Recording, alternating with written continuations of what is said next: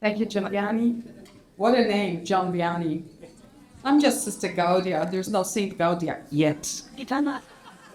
Pray for me. So, dear brothers and sisters, welcome. I'm very happy I can be here with you this evening. Just small correction. For me, that's the second time in Australia. For Sister, it's the first. But yeah, anyways, no matter how many times you have been to Australia, you always want to come back. Your country is so beautiful. So beautiful. Come on. Your nature, you live in paradise. Your animals, your koalas, I'm taking them all back with me to Poland. So say goodbye to koalas. They will be now living with me in Poland. Kangaroos are also sweet, but yeah, my sisters, our sisters, when they were letting us out, of course, it was like bittersweet goodbye because they all wanted to go too. I mean, who would like to come to Australia at least once in their lifetime? They all wanted me to bring either koala with me or a kangaroo. But my brother asked for wombat. Anyways, so say goodbye to all of those. And we will be leaving on Tuesday, so you have still some time for your goodbyes to your precious animals, which will be now stationed in Poland from now, as from Tuesday. Now, in all seriousness, all the topics that we spoke about, that we heard the speakers speaking about until now, they were so serious. They were so painful, and I even feel strange, like seriously, like being very honest with you. Polish people are very honest, right? There are some Polish people here, you know. So I feel strange eating cakes and good food and talking about all of those things which are so heavy. But at the same time, I have this reflection, isn't this how our life is? That's the mixture of, at the same time, in one moment you eat cake, then another moment someone calls you and shares his broken heart with you, and then you gotta rush to work and do shopping, and then in the evening you cry to your pillow because you suffered grief or loss or something, and then again someone calls you and you start watching something funny on YouTube. It's a what a mixture our life is. At the same time, I think all of this is our path to salvation, is our journey to heaven. Our journey to heaven is built from all of those experiences.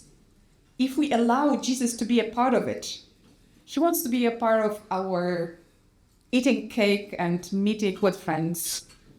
He wants to be a part of our grief, of our loss, of our lonely moments when we cry to our pillow or to our koala bear. Such a lovely koala bear. I bought a mascot. You said mascot? It looks almost like real. I could never hold a koala bear, but I took a picture with this mascot, and everybody thinks I have a picture with a koala, like a real one.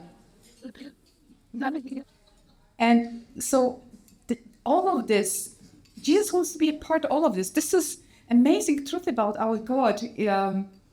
Those of you who know, I'm from the congregation where Sister Faustina lived, and she wrote this beautiful diary. Someone left here this book to kill, basically. Like, look, you can kill with that book. It's so heavy and thick. But in the diary, Faustina wrote so many times about her daily life with Jesus and how precious is every moment, every gray moment, every colorful moment, and it has this totally different taste and quality when you share it with the Lord. And he wants to be a part of it. And that's amazing that he has time to spend with you, to share with you every moment of your life, and that he wants that too. There's no other person on earth who would like to spend as much time with you rather than Jesus. Yeah.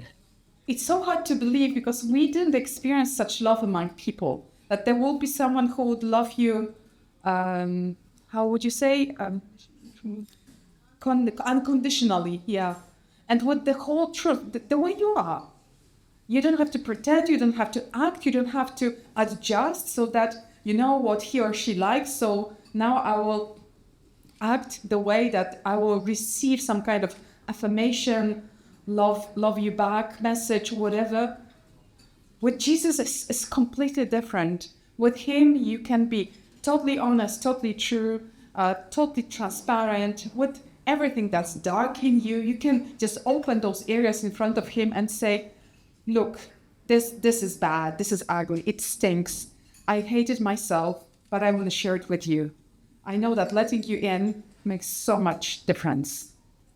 And I don't want to hide this anymore from you. I don't want to try to fix it on my own anymore. I know I can't. I tried. All of us here are older than kindergarten, because usually, okay, kindergarten, primary school, maybe high school, that's still this naive time when you think, I can handle things. University starts getting harder. First job, okay, hard.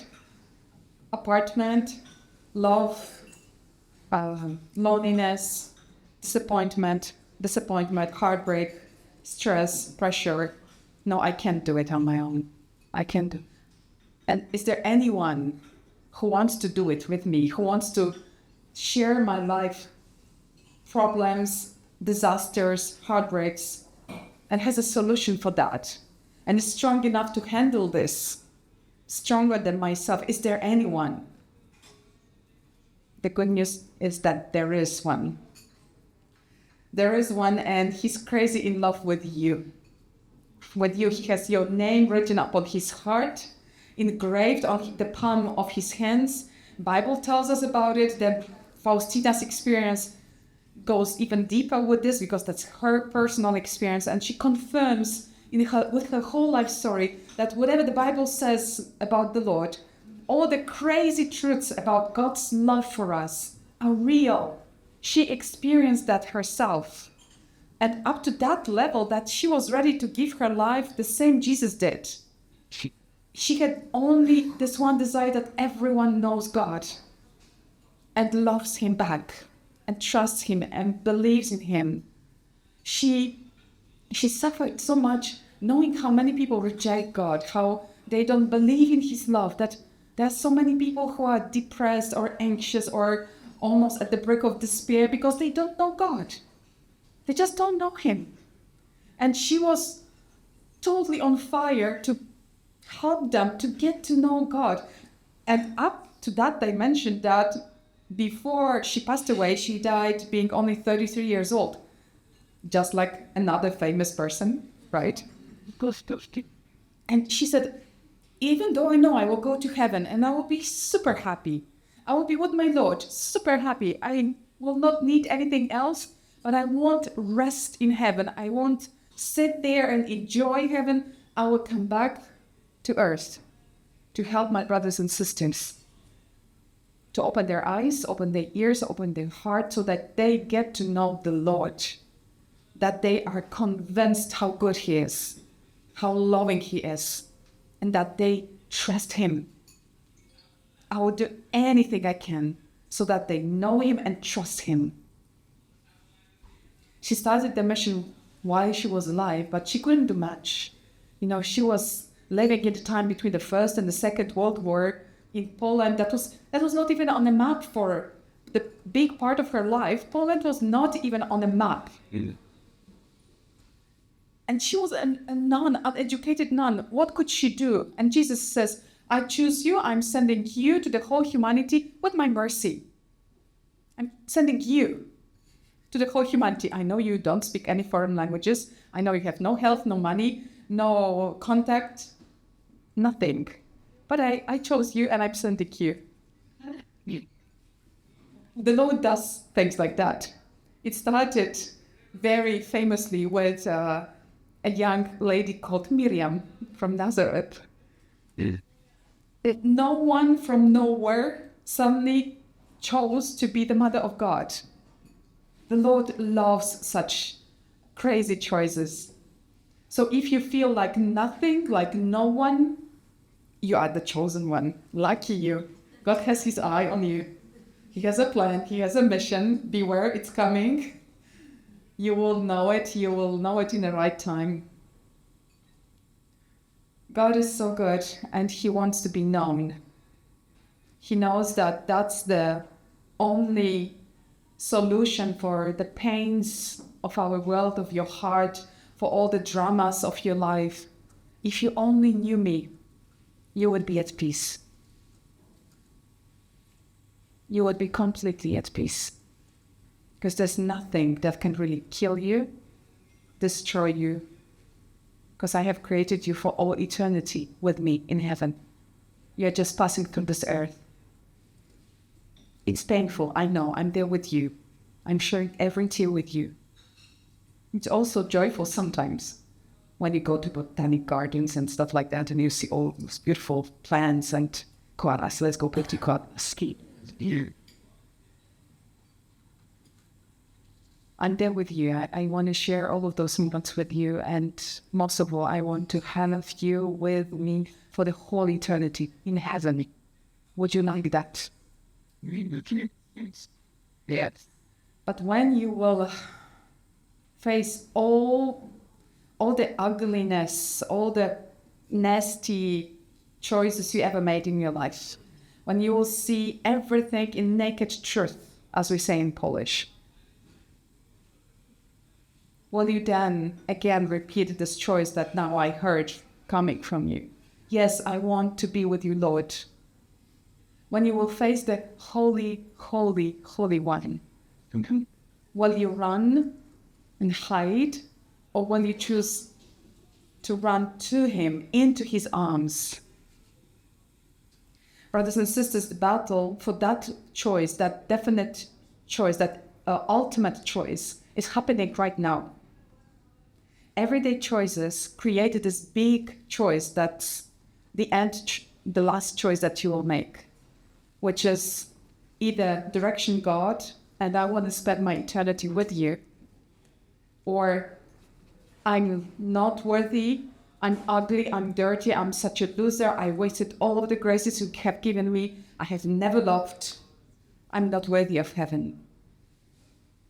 And brothers and sisters, we all will be tempted to say that, to reject God's love, facing our misery, our poverty. We will all be tempted by that. That's why now the message of mercy is to prepare us for this final battle, for this final choice, that we are strong enough to know God well enough to know that He's not rejecting us with all of our sins, that His love is greater than all of your mistakes, all of your wounds, all of your sufferings, all of your sins, everything that's dark in you.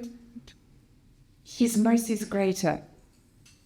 And if you start believing in it right now, in the final moment, you will have the strength to say, even facing that ugly truth about myself and my life choices, and we will all have things, there will be things to say, mea culpa, mea culpa, mea maxima culpa. There are no perfect souls in here, just sinners on the way to conversion, to healing. And it's all good, brothers and sisters, because Jesus came for sinners. He came to call sinners. My life experience, okay, I'm finishing, sorry, it's always too long. My life experience is that He always called me to greatest honors when I was at my lowest, just to prove me that He's not about choosing perfect souls. He's about calling His children who are in need of His mercy. And I'm never ugly to Him. I'm always His daughter. He'll always choose me. The question is only, will I always choose Him back? And I never know whether I will do it or not. I tremble when I think about my freedom. I truly do. But I ask Him, please, Lord, give me the grace never to turn my back to you, and to bring as many people as I can close to your heart, because that's the best, the safest, the happiest place for all. And now, Sister Ancila will share with you a few words about a special place of healing.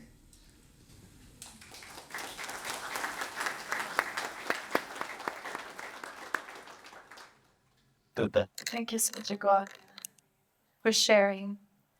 This is so true. we don't have to be surprised at the end of our lives. Will I get to heaven? Will I be saved? Yes or no? I don't know. We don't have to have this hesitation right now, because every day there's a chance to say yes to the Lord. There's a chance to open your heart to His grace, receive the sacraments, build a relationship with Him, read His Word. Like every day we make a step further, and so that we can be sure where we will be in the end. That's part of the things that I tell to my pilgrims. It's okay. You know, that image of merciful Jesus is beautiful. Sister Gaudia was telling that He wants to draw us closer to Him. And one of them, yeah, that's beautiful. You can put this. That's the image of merciful Jesus in Plotzk. Sister Gaudia, she said that it's a special place of healing. And I experienced it. When I came there, I didn't know actually much about this place. I haven't been there before, maybe once. And when I came here, I understood it's a very special place. We still don't know why. Plotzk is close to Warsaw. It's not a big city. It used to be a capital for 2 years, like back in the middle century. And however, we still don't know why God has chosen this place, but we are so happy that He did. And it's wonderful. What you see now is also like it's a built shrine. So when it comes to Plotzk, Jesus appeared to Saint Faustina. You have the images. John has given us the images of the Saint Faustina. We have it under tables. So Sister Faustina, great saint, but back then she was a cook.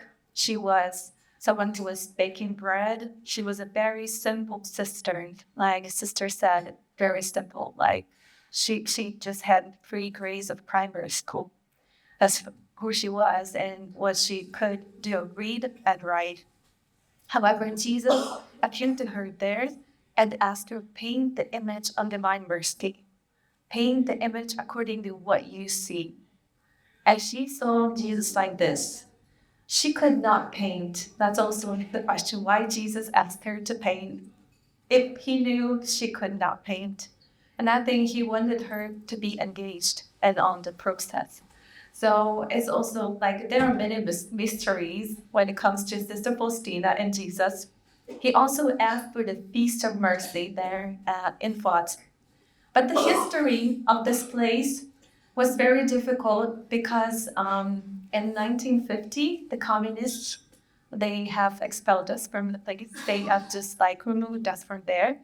And we could not come back in 40 years. So only in 1990, when communist regime fell, then we could go back there. And we have found like ruins basically. So first thing that we had to do was to rebuild the place. That's what our sisters did. And only like 11 years ago, we have started to build a shrine. And I'm going to show it to you. I'm the curator of the shrine now. I'm so proud of it, so not worthy of it.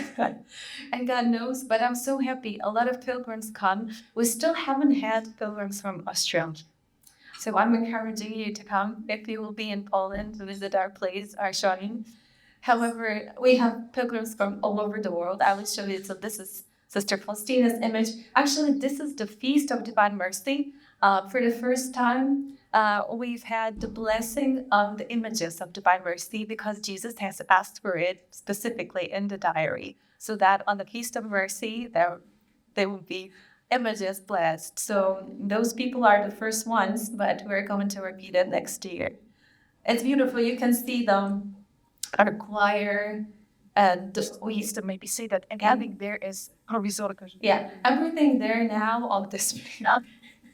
So everything now is just like basic stuff that we got from somewhere, but we are going to arrange the whole shrine and make it beautiful. We want to make it the most beautiful shrine on earth. Sorry, Father.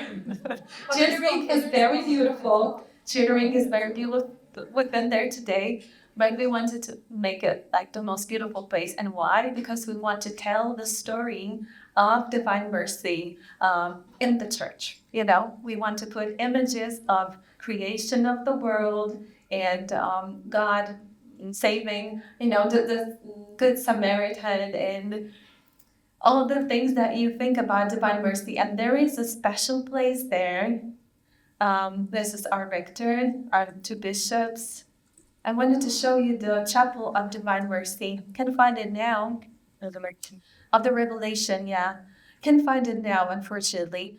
But it's a special place. And I was thinking to myself that when I just got there and I didn't know I would ever be able to come to Australia, I thought to myself, I want the whole world to engage, you know?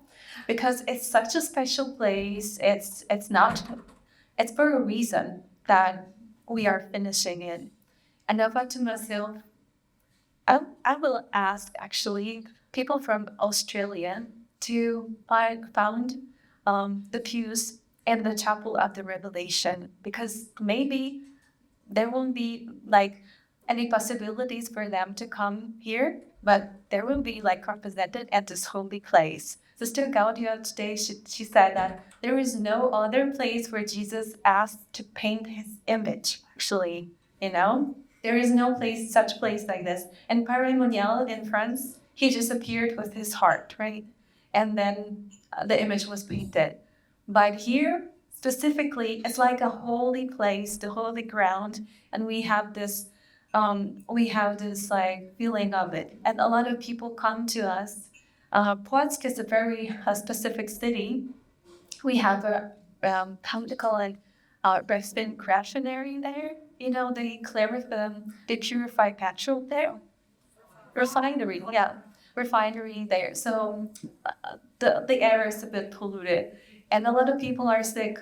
And as we are here, there are a lot of people who are suffering from cancer as well, like back at our home as well.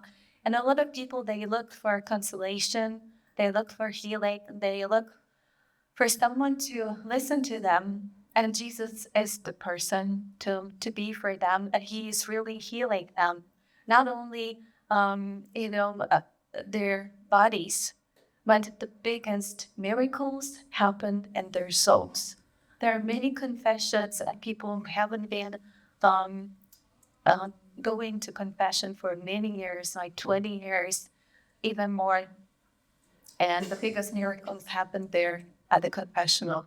So we know that this place is going to be more and more known. We're going to prepare for 100 years since the Revelation in 1931 it happened. So 2031, we want to be finished and beautiful and ready. And we would like to invite you, if you will be in Poland, visit us. Płotsk. It's a hard name to pronounce. Like maybe not. Plock. It says Plock. If you write Plock, you'll find us. So we're so blessed to be here. Come, Sister Gaudia. Yeah. I guess we're running out of time. I guess we're at the. It was so lovely to meet all of you, and we're so blessed to be able to come here. Because we're busy. Like, we look like nuns. What can nuns do? Like, they just pray. No. We wish we could pray sometimes. So we're very happy to be with you. And I'm taking you to Płotsk in my heart. And Sister Gaudia is taking you and your intentions to Krakow. So I hope to see you there. And yeah, if you would like to support us, then I have some small visit cards with bank accounts, or you can find us there. Yeah. So have a great evening.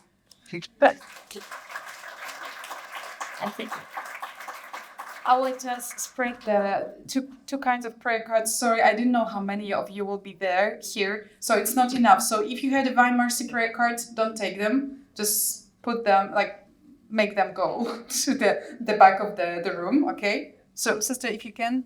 That's just. Tak, puścić, niech to idzie. Po prostu ludzie sobie przekazują, jak ktoś już ma. Okay, yeah, whatever. And here are the icons of Saint Faustina with the Divine Mercy. So it's like 3 in 1. Don't be envious. You have the most important guy, but these people will have Faustina and the guy. And here's the QR code. If you ever want to check of our online evangelization, you can enter through this QR code. It's in Polish, but you can turn on the subtitles. They are very good, actually. We edit subtitles so that they are not silly like Google Translate, but real. So thank you again.